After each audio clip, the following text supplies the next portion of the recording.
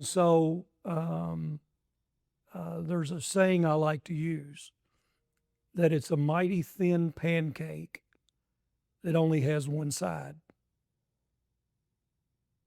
Let me say it again. Yeah, say it again. It's a mighty thin pancake that only has one side. Okay. And you can use that in a lot of different perspectives. But as we're talking about here, listening, it is that every issue will have at least two sides, if not many more.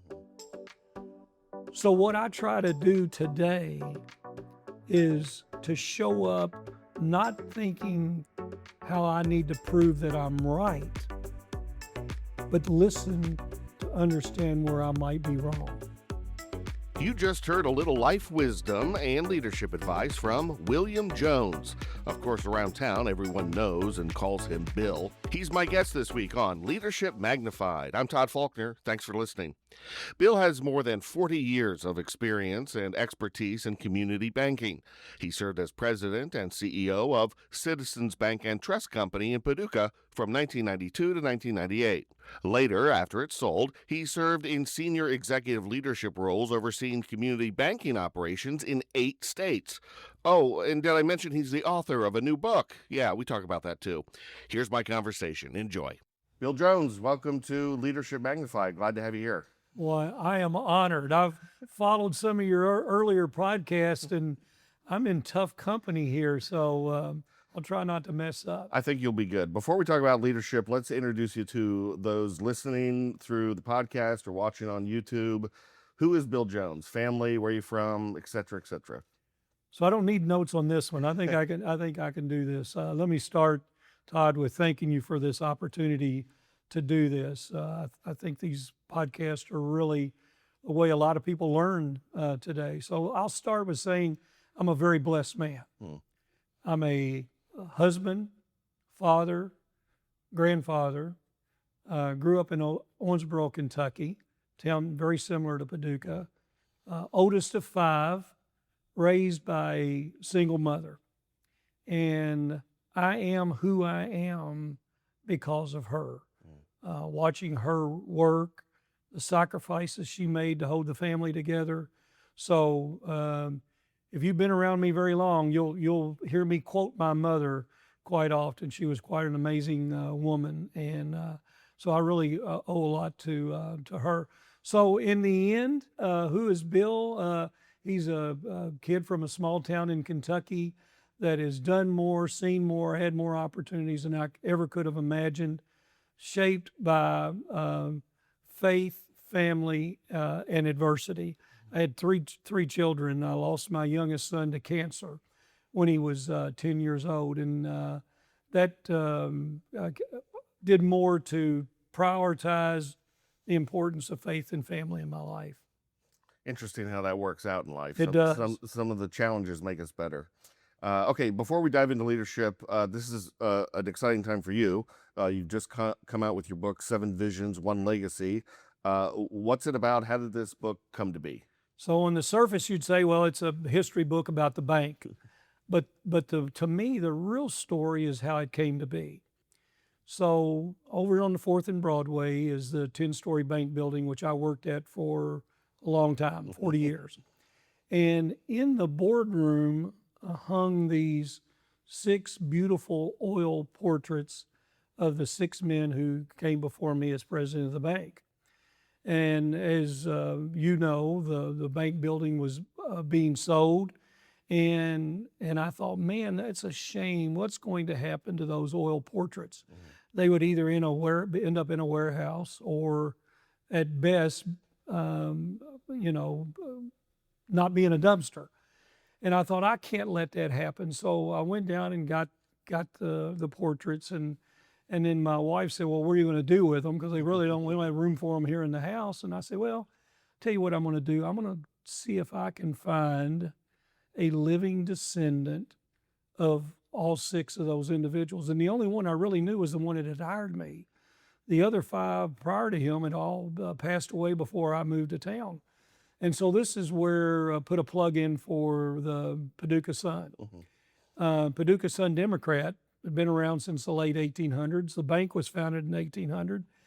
And I was trying to find somebody to help me do some research. And then somebody gave me a name over at the library, and I reached out to that person, and they weren't able to help. But they said, here's what you might do. You might call the Paducah Sun, and because they've got all their newspapers digitally archived. And well, not only do they have it, I thought, oh boy, this is going to be fun. Well, not only do they have them digitally archived, but you can type in a name and a range of dates, and it'll give you a link to every time that name has been mentioned in the. And so that's where a lot of my research came, and it started with looking at the obituaries of the people that, you know, came before me, and finding their, you know, ancestors and tracking them down, and so through all this research, and then returning the portraits, which I did, to every living descendant of every one of them, I realized I knew their names, but I didn't know their stories.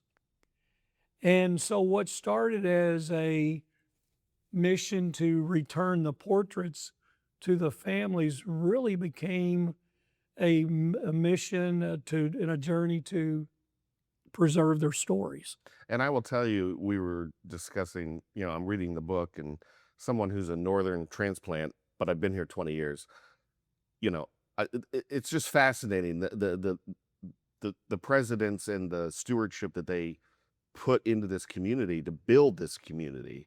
I recommend the book to people. Thank you. It's very interesting.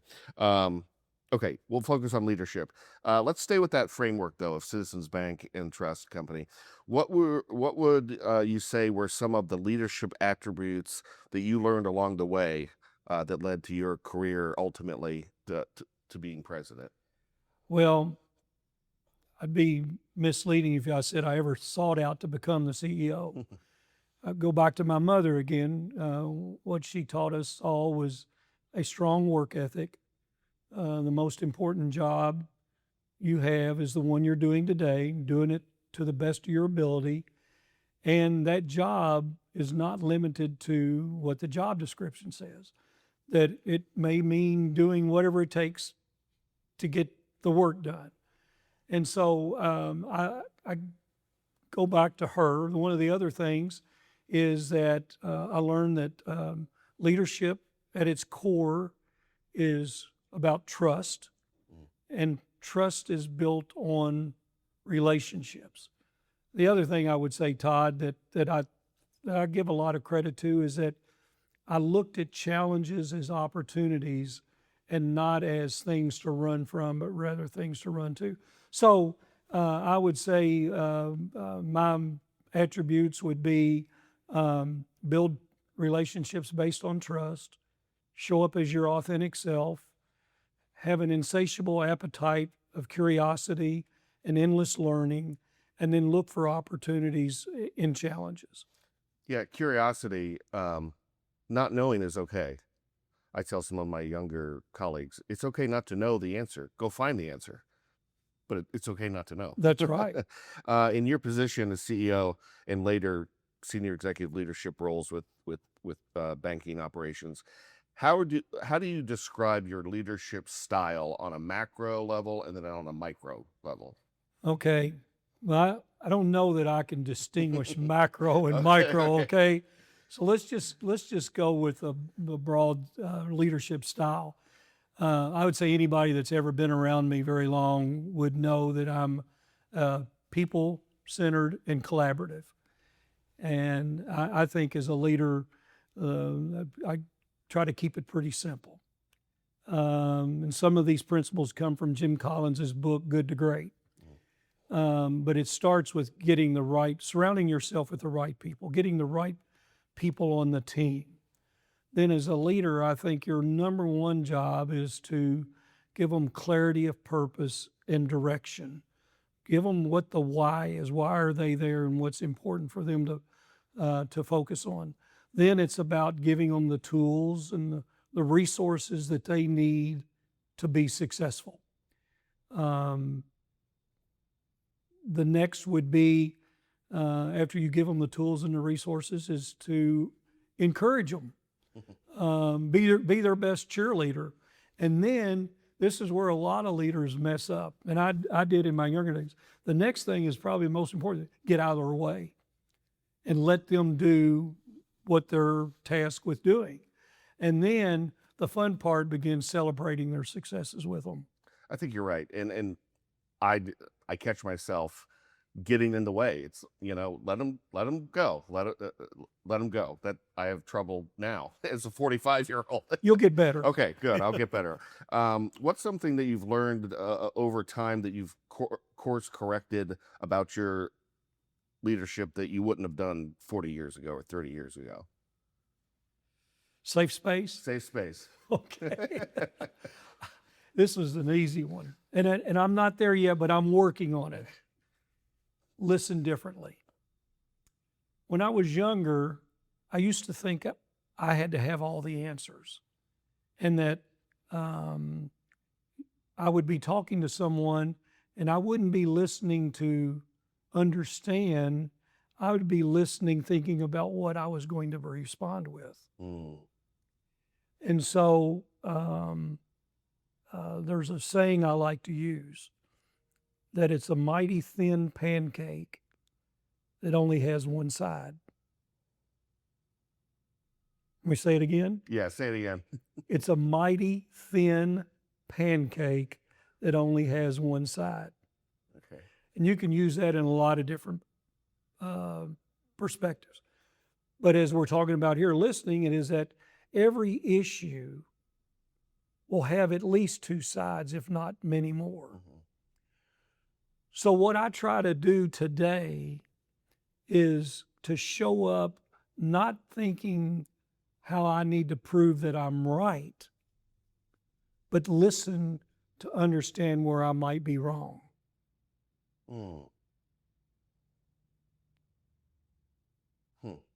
That's heavy. That's.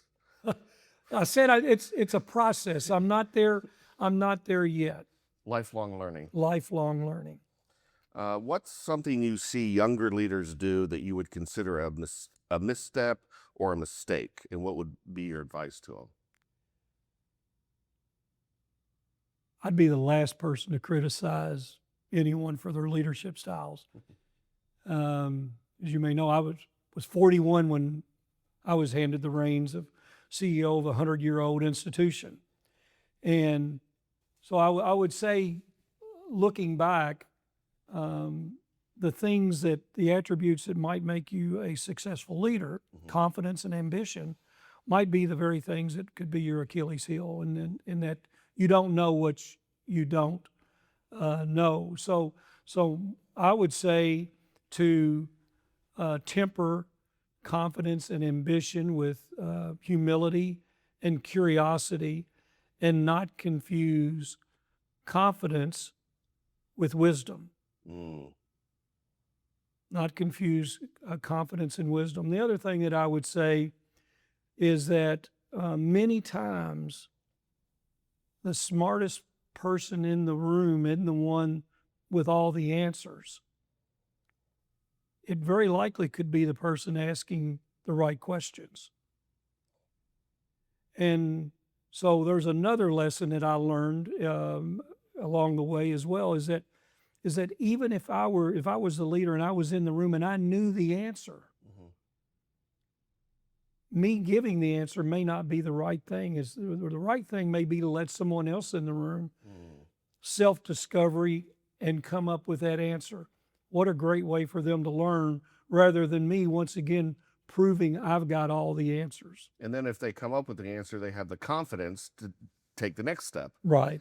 You mentioned you became CEO at 41, but I think from your book you moved to Paducah and you were 36? No, I moved to Paducah when I was 29. I moved in 1985. Okay. So now we're talking about ages here. Right. So, but no, I moved here in 1985 at 29 years of age to be the CFO of the bank. And you talk about promoted beyond their, that was really a risk. Well, we're talking about age. So the question is, communicating with younger staffers. I find myself, I've been here at this station for 20 years.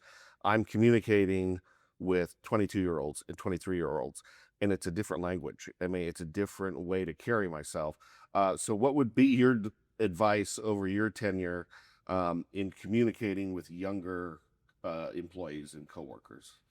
Well, I'm probably a weird duck that I get my batteries charged out of those generational differences. I love young people, and walk away always energized anytime I'm around them. So there's always going to be generational differences. But as a leader, what hasn't changed, Todd, is what those generations expect out of their leaders. Let's talk about that. Okay, yeah, explore that. What do they want? They want someone that respects them, someone that is going to appreciate the work that they do, to give them work that is meaningful, but they also want feedback. And I think that's a lot of times what leaders miss is they assume that these individuals, these younger generations, understand or know, but we got to remember every generation's got different filters. And so the way I was raised and brought up may be different than someone else. So I like to think of it as this way, is that it's not their job to meet me where I am, but it's my job as a leader to translate my experiences with where they are. And I think if regardless of where you are on that spectrum of generations, that if you will show up and respect and care and show that you care for them, that those differences are a lot smaller than what you might think they might be. Interesting. Does the concept or idea of work-life balance exist? And if so, why? Or if not, why not? I struggle with this. Is there such thing as a work-life balance? So we're going to move beyond agentic AI into quantum computing, right? So maybe quantum computing will answer that question about what is work-life balance. Here's what I had to come to, and maybe this is just for me, that it's really not work-life balance, it's work-life harmony. And as a leader, what your harmony may be totally different than me. And so when somebody says, well, you need to be 30% this and 40, well, that may be true for you, but it may not be true for anybody else. So I like to think of it as not as work-life balance, but work-life harmony. Faith, family, personal, work, community, all those things have to be juggled on any given day differently. And it's really, to me, it's really work-life harmony. I also want to take a minute while we're talking about that to say, I told you I was a blessed man in a lot of ways, and that could be another podcast. But I'm blessed that I've got a wife of 20 plus years that has probably helped me more with finding my life harmony better than I've ever had before. We're going to end the podcast like we do every time. We're going to pull back the curtain on your personality, although I've got a pretty good sense of your personality anyway. 3 questions. They can be one-word answers. They can be longer. What brings you joy? Family, grandchildren. Yeah. What brings a tear to your eye? I told you I lost a son at 10 years of age. Not a day goes by that I don't think about him. And a tear to my eye because I think about what he missed. And yeah, that's an easy one, unfortunately. And lastly, what gives you hope? Hope. There's a saying that says, if you want to see God laugh, tell him your plan. I don't know if that fits here or not, but I thought I'd drop that on you. Hope, I would say the future. I mentioned earlier that I really enjoy being around young people. They keep you relevant. They're going to keep you honest. They don't know what they don't know, which is a good thing in that case. And so I would say I hope for the future. All right. That does it. Bill Jones, thank you for being here. Appreciate it. Thanks, Todd. That's this week's show. If you like what you heard, post a link to the podcast on your social media pages. Video and sound by Ethan Patterson. Editing by Brian Clapp. Until next week, stay safe, friends.